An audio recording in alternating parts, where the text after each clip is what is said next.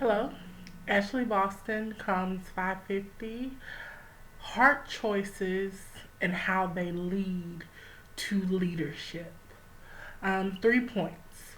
One, what are heart choices? Heart choices is a play on hard choices. The choices we make that determine the people we become, the people we are, and how that affects our relationships and how we travel throughout this journey of life. Point two, leadership and how that connects to these hard choices and the research, the nitty gritty of it, and how a common misconception is, I believe, that leaders are small in number, that only a certain type of person or a certain amount of people get to hold that status or that title of a leader, and expounding on that. And point three, what is the outcome? What's the result? What is my aim? What am I trying to accomplish with this research? So, back to number one, heart choices. Um, how we interact with people, forgiveness, our faith, what drives us, what motivates us in life. Those choices, we make them every day.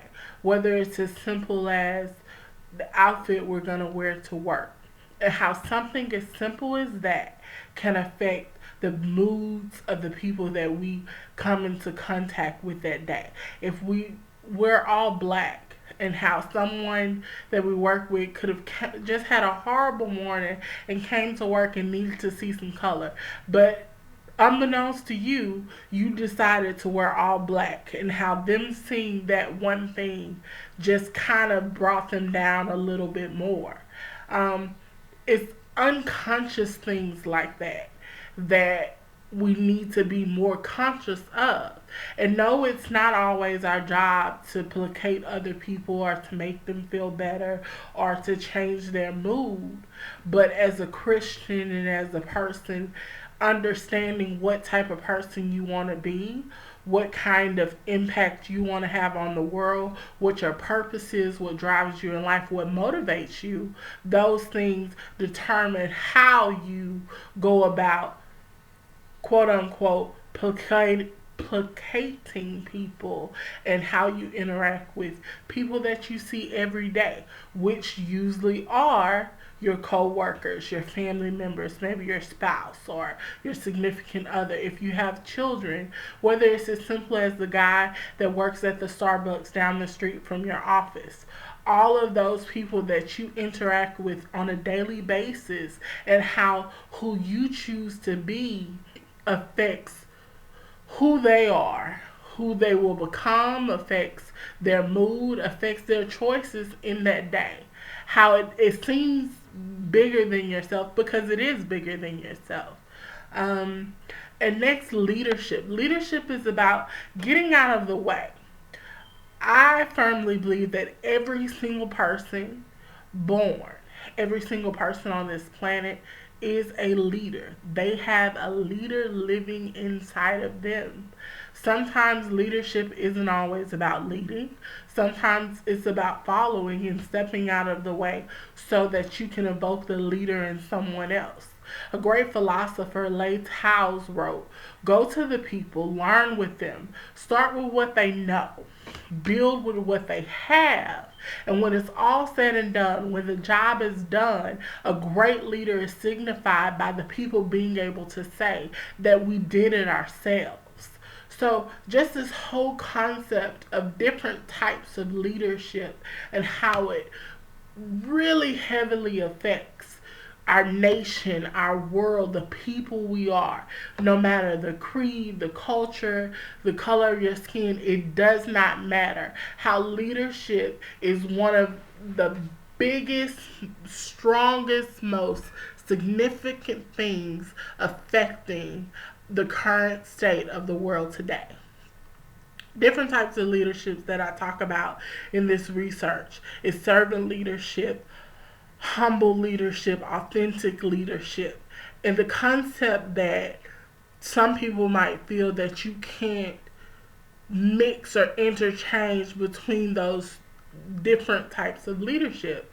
But I argue that you can, and that becomes a hybrid type of leadership when you interchange or mingle between all of them to intensify your effectiveness. And that leadership is called humble leadership.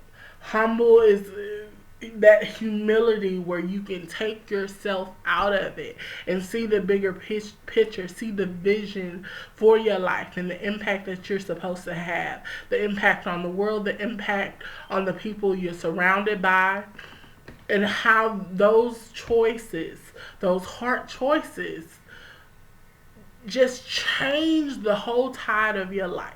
Whatever, if you're going through something currently, if you're dealing with certain trials, tribulations, burdens, all of those things are affected by the ways that we choose to live our life and interact with people. If God has called us to be a certain type of person, to do for a certain job, to use us as a vessel to do a certain work, and if we're not seeking to understand what that is and how we're supposed to use it and implement it within our life, then we are failing at what we have been called and placed in this world to be and do, right? So then my third point, going from hard choices to leadership, and then how this research affects the results. What's the outcome? What are we supposed to gain from this? We should gain enlightenment. We should gain growth. We should gain understanding of who we are and what we're put here to do. We should be able to help our fellow man and just make this world a better place. We all have reasons and motivations for why we choose to do what we do, what we like, out of obligation, out of I just want to be a good person and do something good, out of whatever those motivators are, whatever those reasons are. They differ from person to person. But one thing that is the same across the board is we all have to make those hard choices. We are all called to be leaders. We should all exemplify and practice leadership in our lives with the people that we're surrounded by, with our relationships. Every word that comes out of our mouth should be something good and positive to put out into the world. Now, it's unrealistic to think that it will always be positive because we're human. We have those moments where we might want to say something that isn't so nice. But understanding the person we are, the people we've been called to be, then we can practice more positivity than negativity and change the tide of the current state of this world. I'm very passionate about people in general and how they are affected by my actions and what I do. It's kind of like pollution.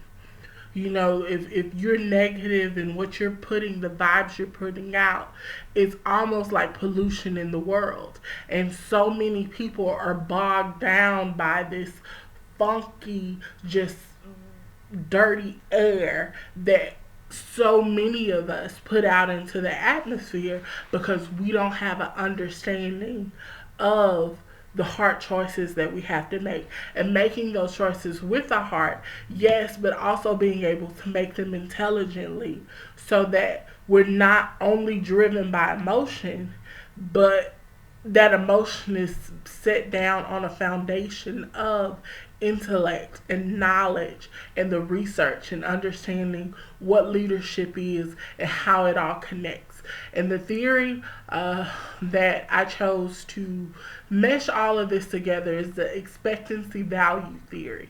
And it basically talks about why we choose to do something. Usually, if we say yes, it's because we're going to have a positive outcome. So much of this world is about only doing stuff if we're going to have a positive outcome. But breaking away from that and doing stuff because the ultimate outcome will be positive versus the immediate response is what we need to be more geared towards. Thank you. That's my time. I hope you enjoyed, and I hope you enjoy reading my paper. Bye.